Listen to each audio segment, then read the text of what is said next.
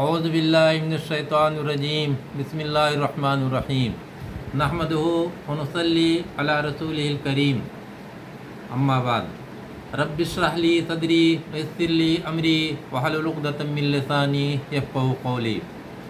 معزز سامعین کرام، آج میں پڑوسی کے حقوق کیا ہیں اس کے بارے میں انشاءاللہ تھوڑی سی روشنی ڈالنا چاہتا ہوں۔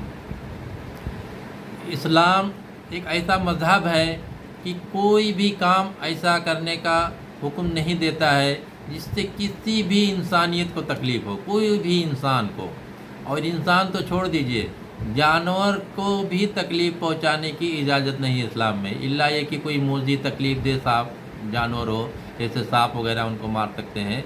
بلا وجہ انسان تو چھوڑ دیجئے، جانور کو بھی کوئی تکلیف نہیں پہنچا سکتا ہے۔ پڑوسی کے حقوق اتنے زیادہ ہیں۔ میں ایک حدیث بیان کرتا ہوں۔ ایک عورت تھی جس کے بہت زیادہ نیکی کے چرچے تھے، ہر نیکی آپ صلی اللہ علیہ وسلم سے آ کے لوگ اس کی بیان کرتے تھے کہ یہ کرتی ہے، یہ کرتی ہے، یہ کرتی ہے۔ لیکن ایک بار کسی صحابی نے تذکرہ کیا کہ اللہ کے پیارے نبی صلی اللہ علیہ وسلم، عورت بہت نیک ہے، بہت اچھا ہے، لیکن ایک خامی چھوٹی سی اس کے اندر ہے۔ اللہ کے پیارے نبی صلی اللہ علیہ وسلم فرمائے کیا ہے؟ بولے اس کے پڑوسی کے ساتھ وہ اچھا سلوک نہیں کرتی ہے۔ اللہ کے پیارے نبی صلی اللہ علیہ وسلم نے فرمایا کہ وہ جہنم میں جائے گی، وہ جہنمی ہے وہ عورت۔ یعنی اس کی یہ خرابی اس کی سب نیکیوں پہ پانی پھیر دیا، مطلب کوئی بھی نیکی اس کے یہاں، اس کی اللہ تعالیٰ کے یہاں قابل قبول نہیں ہے، سب برباد ہو جائے گی، وہ ایک گناہ، ایک غلطی کی وجہ سے۔ اتنا پڑوسی کا حقوق ہے۔ حضرت معاویہ بن حیدہ رضی اللہ تعالیٰ عنہ فرماتے ہیں کہ میں نے اللہ کے پیارے نبی صلی اللہ علیہ وسلم سے سوال کیا کہ پڑوسی کے حقوق کیا ہے؟ اللہ کے پیارے نبی صلی اللہ علیہ وسلم نے فرمایا پہلا حق یہ ہے کہ اگر وہ بیمار ہو جائے تو اس کی عیادت کرو، اگر کسی کا انتقال ہو جائے تو اس کی جنازے میں شریک ہو، اگر وہ قرضہ مانگے اور تمہارے پاس ہے تو اس کو قرضہ دو۔ یہ سب چیزیں فرض ہیں جو بتا رہا ہوں۔ عیادت کرنا، جنازے میں جانا، اگر حیثیت ہے، آپ کے پاس مال ہے، جتنا پیسہ وہ مانگا آپ دے سکتے ہیں، قرضہ تو یہ دینا، یہ سب فرض ہے۔ اس کے علاوہ اللہ کے پیارے نبی صلی اللہ علیہ وسلم نے فرمایا کہ اگر اس کو کوئی خوشی پہنچتی ہے تو اس کو مبارکباد دو، اور اس کو اگر تنگ دستی آ جاتی ہے تو اس کی چپکے سے مدد کرو، کسی کو بھی پتہ نہ چلے۔ اور اگر اس کو جو ہے پڑوسی کے گھر سے اپنا گھر یعنی چھت اونچا نہ کرو۔ پہلے زمانے میں جیسے ایک منزلہ گھر بنتا تھا، تو اگر آپ 2 منزلہ گھر بنا لیے تو باقی بغل میں اس کے ہوا نہیں آئے گی، تو ہوا بند ہو جائے گی۔ تو اتنا خیال رکھنا پڑوسی کہ اپنے گھر میں بھی کوئی آپ ایسا کام نہیں کر سکتے ہیں کہ جس سے پڑوسی کو تکلیف پہنچے، وہ بھی جائز نہیں ہے۔ آپ اپنا گھر بنا رہے ہیں، لیکن اگر اس سے پڑوسی کو تکلیف ہے تو آپ اپنا گھر ویسا نہیں بنا سکتے جس سے اس کو کوئی تکلیف پہنچے۔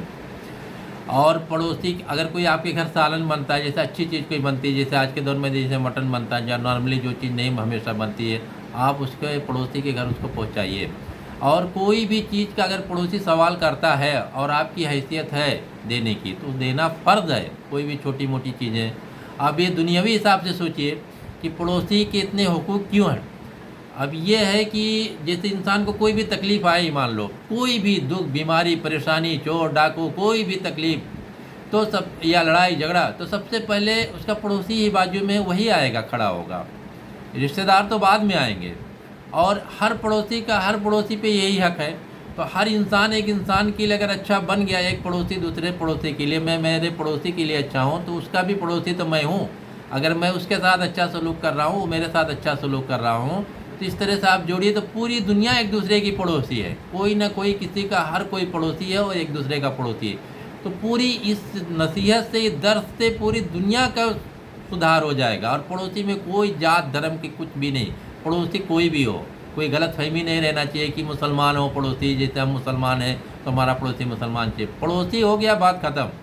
تو اس سے پوری دنیا کو یہ پیغام جائے گا، پوری دنیا کے اندر سدھار ہو جائے گی، کوئی کسی کو تکلیف پہنچائے گا ہی نہیں۔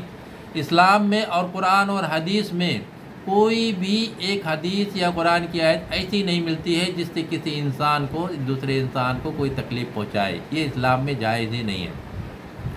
اللہ کے پیارے نبی صلی اللہ علیہ وسلم کی ذات سے کوئی بھی انسان کو پوری زندگی کوئی تکلیف نہیں پہنچی بھلائی کے علاوہ۔ حالانکہ اللہ کے پیارے نبی صلی اللہ علیہ وسلم کو لوگوں نے کتنی تکلیفیں پہنچائی جس کو ہم تصور بھی نہیں کر سکتے ہیں۔ لیکن اللہ کے پیارے نبی صلی اللہ علیہ وسلم اس کو صبر کرتے تھے۔ اللہ کے پیارے نبی صلی اللہ علیہ وسلم ہر طرح سے اتنے صبر والے تھے، اور وہی صبر کا درس دے کے گئے ہیں، اور اسلام کا درس بھی وہی ہے۔ لیکن آج ہمارا معاشرہ، ہمارا ماحول، اللہ ہم سب کو معاف کرے، ہم لوگ اکثر اسلام کے خلاف کرتے ہیں۔ کچھ لوگ تو اسلام کی باتیں سمجھتے ہی نہیں، وہ صرف نماز، روزہ، حج، زکوٰۃ، جہاد یہی سب کو نیکی سمجھتے ہیں۔ یہ تو حقوق اللہ ہے، اللہ تعالیٰ جس کو چاہے معاف کر سکتا ہے، لیکن جو بندوں کے حقوق ہیں آپ اس میں کوتاہی کریں گے تو جب تک بندہ نہیں معاف کرے گا اللہ تعالیٰ اس کو نہیں معاف کرے گا۔ اس کی بہت سخت پکڑ ہے۔ اور پڑوسی کے بارے میں حضرت جبریل علیہ السلام اتنا نصیحت کرتے تھے آپ صلی اللہ علیہ وسلم کو، کہ اللہ کے پیارے نبی صلی اللہ علیہ وسلم نے ایک بار فرمایا کہ مجھے ایسا لگ رہا تھا کہ کہیں پڑوسی کو وراثت میں حصے کا حکم نہ آ جائے، کہ پڑوسی کو وراثت میں حصہ دیا جائے۔ اور پڑوسی جو ہوتا ہے یہ سمجھ لو ایک طرح سے آپ کے گھر کا ممبر ہوتا ہے، بھلے نہیں وراثت میں حصہ ملا ہے۔ اپنی دکھ، پریشانی، خوشی، ہر چیز آدمی اپنے پڑوسی سے ظاہر کرتا ہے۔ تو اللہ تعالیٰ سے میری دعا ہے کہ ایک مرتبہ ایک حدیث اور بیان کر دیتا ہوں۔ اللہ کے پیارے نبی صلی اللہ علیہ وسلم جہاد کے لیے نکل رہے تھے، تو اللہ کے پیارے نبی صلی اللہ علیہ وسلم نے فرمایا کہ اگر کوئی اپنے پڑوسی کو تکلیف پہنچاتا ہو تو بتا دے۔ تو ایک صحابی بولے کہ میرے پڑوسی کو تکلیف پہنچی ہے۔ اللہ کے پیارے نبی صلی اللہ علیہ وسلم ان کو اپنے ساتھ سے واپس کر دیے، لوٹا دیے، بولے نہیں آپ میرے ساتھ میں نہیں آؤ گے، واپس کر دیے۔ اب اس سے اندازہ لگائیے کہ پڑوسی کو تکلیف پہنچانا کتنا بڑا گناہ ہے، اور پڑوسی ہی نہیں کسی بھی انسان یا جانور کسی کو بھی تکلیف پہنچانا یہ اتنا بڑا گناہ ہے جو اللہ تعالیٰ کے یہاں قابل معافی نہیں ہے۔ اس لیے اللہ تعالیٰ سے دعا ہے کہ اللہ تعالیٰ ہم سب کو پڑوسی کے ساتھ اور تمام انسانیت کے ساتھ اچھا سلوک کرنے کی توفیق عطا فرمائے، اور ہمارے ذریعے سے یا آپ کے ذریعے سے کسی کو کوئی تکلیف نہ پہنچے، لیکن پہنچے تو بھلائی پہنچے، خوشی پہنچے، یہ سب پہنچے۔